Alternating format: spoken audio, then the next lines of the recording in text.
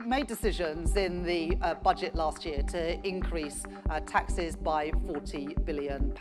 I have absolutely no intention of repeating a budget on that scale again.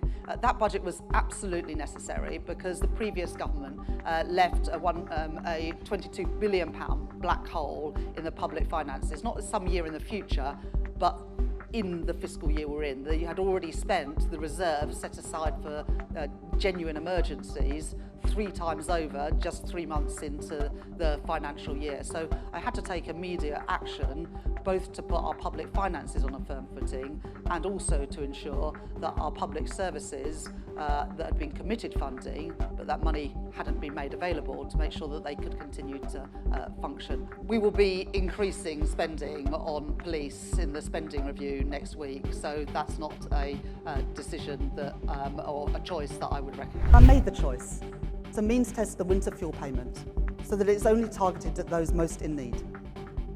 I know that not everyone in this hall or in the country will agree with every decision that I make.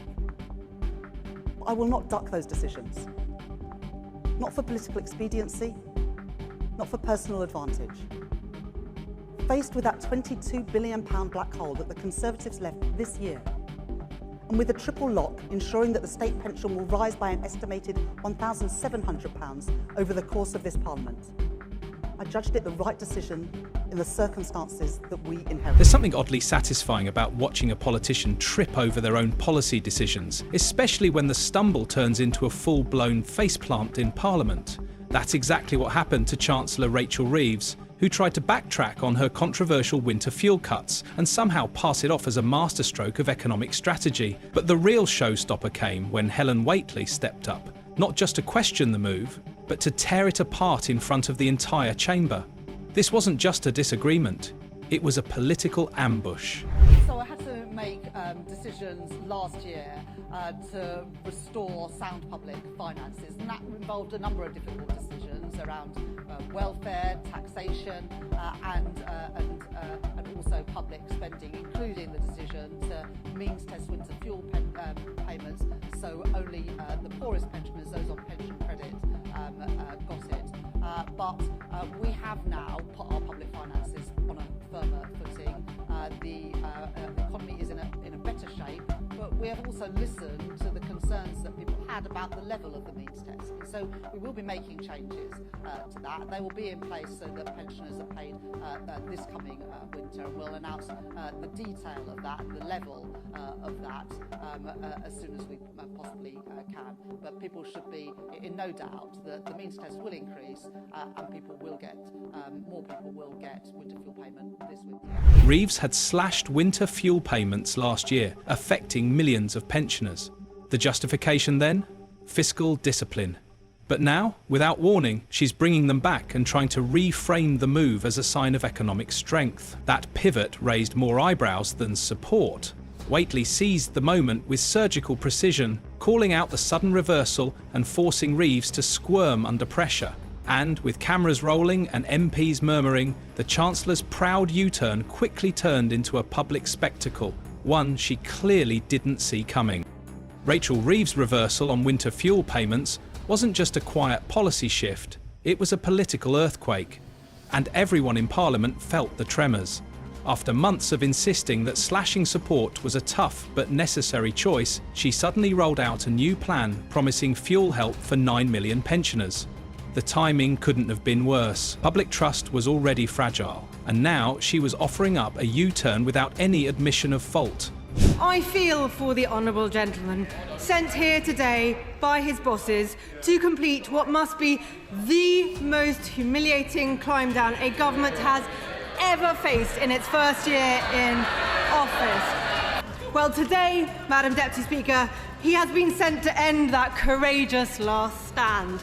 And, unless it's coming next, he has been sent without the one thing that pensioners up and down the country deserve, an apology. Yeah. Let's be clear. The government made a choice to cut the winter fuel payment. It is outrageous to claim that the economy has somehow improved from the day they made the cut, and they know it. In fact, by almost every metric, the opposite is true. Inflation was at the 2% target. Now it's 1.5 points higher. 150,000 more people are unemployed. Growth forecasts have been slashed in half by the OBR. And in the meantime, they've gone to town with the country's credit card. Borrowing is up. Debt is up. Who is the Chancellor trying to fool when she says she can certainly afford this when before she couldn't? The fact is, last winter, she gave pensioners fuel money to the unions. Now she realises how unpopular that was. So she's pretending everything has changed. Perhaps the most surprising thing is she thinks anyone is taken in.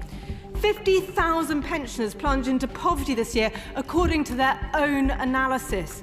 100,000 extra pensioners ended up in A&E this winter. Their mistake has hurt people, and it is cowardly not to own up to it. To make matters worse, Reeves didn't simply reinstate the payments. She framed the move as proof that Labour had strengthened the economy. It was the kind of spin that defies logic, like trying to take credit for rebuilding a house you helped tear down. The disconnect between the narrative and the lived reality was glaring, and Whately wasn't about to let that slide. By the time she stood up to speak, the air was already thick with tension. What followed wasn't just political critique, it was demolition. Helen Whately didn't come to grandstand. She came armed with receipts, and instead of getting lost in party slogans or cheap shots, she focused on something that doesn't lie: numbers. One by one, she unpacked the government's economic record like a prosecutor laying out evidence in court. Inflation is still stubborn at 2.8%. Unemployment is creeping up, now at 4.5%. Government borrowing has ballooned to £148 billion, 17 billion more than last year. Growth forecasts have been slashed. That's not fiscal control. That's a warning light flashing red. What made it brutal was how calmly she delivered the takedown. No shouting, no theatre, just cold, undeniable facts that made Labour's economic claims look more like a fantasy than a fiscal plan. You could almost feel the oxygen leave the room. A new mattress. Unwrap it, see how it feels, sleep on it for a while, but if it causes a political backache, send it back. This rushed reversal raises as many questions as it answers. It's clear that when the Prime Minister stood up and made his big U-turn announcement in PMQs, he had no plan and no idea how he was going to pay for it. It's a totally unfunded spending commitment. Where is the 1.25 billion needed to pay for this U-turn coming from? I note that the Minister has kicked that can down the road until the budget. They claim it won't permanently add to borrowing. So does this mean it will permanently add to taxation? And on the plan itself, is this really the best system of means testing they could come up with? Is he sure they have thought it through?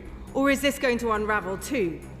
What happens if a pensioner earns over... And all this while Reeves sat just metres away, trapped by a reality she couldn't spin. What turned Whately's attack into a knockout blow wasn't just her grasp of economic data. It was her ability to connect those numbers to real people. She didn't let the debate stay trapped in spreadsheets and forecasts. She brought it home. To the pensioners who spent last winter in freezing flats, to the families that watched their elders struggle, to the 50,000 pushed deeper into poverty due to reckless budgeting. She pointed to the ripple effect of bad policy.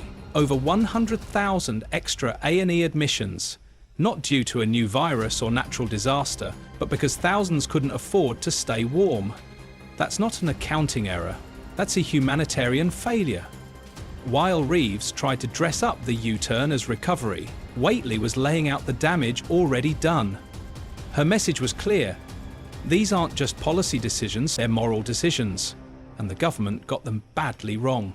What made Whately's critique cut so deep was that it didn't stop at the winter fuel U-turn. She framed it as part of a much bigger problem, a government that seemed to be flying blind. Labour didn't just fumble one policy, they came into office without a clear roadmap, and it's starting to show. Instead of laying out well-developed plans during their time in opposition, They've been scrambling to fix their own messes in real time. Whately painted it as a government improvising on the job, rewriting policies after implementing them. The result? Confusion, mixed signals, and mounting public frustration. £35,000 a year through non-taxable income. Are they going to have to register for self-assessment and start filling out a tax return in their 80s or 90s? But if not, why should someone earning taxed income, you didn't, be disadvantaged? Is it fair that a millionaire pensioner and their spouse might receive a payment, but two people earning £36,000 won't? And what happens if someone dies in the period between receiving the payment and having to pay it back? Are they going to go after the deceased person's relatives? And two final questions, Madam Deputy Speaker. After all this, the savings for the Treasury this coming year may be as little as £50 million. Does he think it's worth it, and will he apologise? Minister Bell. Her argument wasn't just about mismanagement. It was about trust. If Labour's economic team can't stick to their own strategy for more than a few months, what exactly are they leading the country toward? It's the kind of uncertainty that rattles markets. And voters, to really drive her point home, Whately didn't just focus on Labour's failings. She highlighted the contrast in approach. The Conservatives, she admitted, had also faced tough choices on winter fuel payments, but the difference was in how those decisions were handled. Thoughtfully, cautiously, with a plan. She acknowledged that giving support to wealthy pensioners might not be ideal, but instead of ripping up the system overnight, her party aimed for reform, not chaos. That comparison stung, because it made Labour's misstep look not only clumsy, but careless. Labour described Labour's decision-making like surgery with a sledgehammer, brutal, rushed, and bound to cause collateral damage. The end result? A policy mess and a public relations disaster, all while real people paid the price. And by framing this as a question of responsibility rather than ideology, she boxed Labour in. The issue wasn't left or right, it was about whether the government had the competence to manage the basics.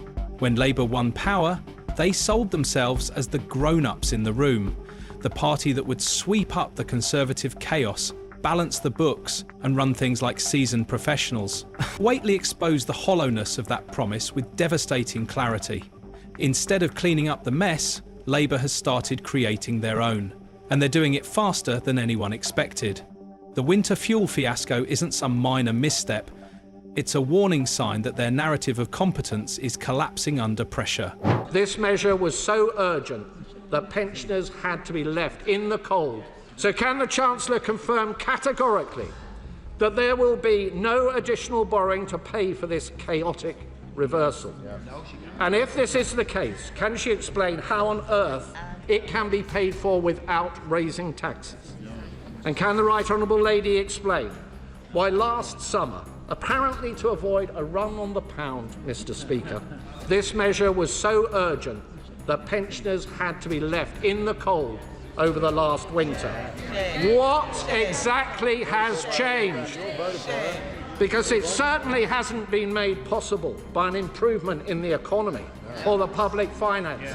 Whately likened it to hiring a professional cleaner only to come home and find your house on fire, and that image stuck, because it captured the absurdity of the situation perfectly. The public expected stability. What they got was a Chancellor reversing course while pretending it was all part of the plan. The more Labour tries to polish the optics, the more glaring the cracks become. And Whately made sure every one of those cracks was visible. Whately didn't stop at Labour's recent decisions. She widened the lens and exposed a full economic dashboard glowing red. Unemployment is set to peak at 4.5% in 2025. Inflation is forecast to rise again, hitting 3.8% by July. The International Monetary Fund has even slashed the UK's growth outlook from 1.6% to just 1.1%. These aren't theoretical projections. They are the kind of figures that shake households, stall businesses, and rattle investor confidence. Yet Labour continues to claim they've got the economy under control, as though these statistics aren't staring them in the face. Whately framed it with devastating simplicity. You don't get to declare yourself a skilled sailor while your ship is clearly sinking. No amount of rhetorical flair can plug the holes in the hull. It's not just a credibility problem, it's a reality problem. And Labour, she argued, seems dangerously out of touch with both. Whately's dismantling of Labour didn't rely on party slogans or tribal attacks. What made it land was her reliance on facts. Solid, uncomfortable, undeniable facts. She wasn't spinning an ideology. She was pointing to numbers and real-world consequences that everyone in the chamber could see. Inflation rising, growth stalling, pensioners suffering, hospitals overwhelmed. It was all there, and Labour had no credible answers. That's what made it sting. It wasn't a theatrical performance aimed at applause. It was a grounded, data-backed indictment of failure. Even Labour backbenchers couldn't ignore it. Some have already started to break ranks, quietly campaigning against their own party's policies. That's not just a sign of internal disagreement. It's a signal of dysfunction. If your own MPs are distancing themselves from your decisions, something is seriously wrong. Whately's takedown wasn't just a win in Parliament. It was a warning shot for a government already wobbling under the weight of its own promises. By the end of the exchange, Rachel Reeves wasn't defending policy, she was dodging accountability. What began as a bold declaration about economic strength had crumbled into a defensive retreat. And when she finally left the chamber, the optics told the whole story. A Chancellor visibly rattled. Walking out as questions kept flying, Whately didn't need to shout. She didn't need to grandstand. Her strength came from cutting through the noise with clarity and precision. What she delivered wasn't just a critique. It was a full-scale exposure of a government claiming to lead while clearly losing control. This winter fuel U-turn was supposed to be a reset. Instead, it's turned into a symbol of chaos, indecision, and a shaky grip on power. The kind of moment that lingers in public memory, especially for the millions who felt its consequences firsthand. And if this is Labour's version of competence, the country has every reason to be worried.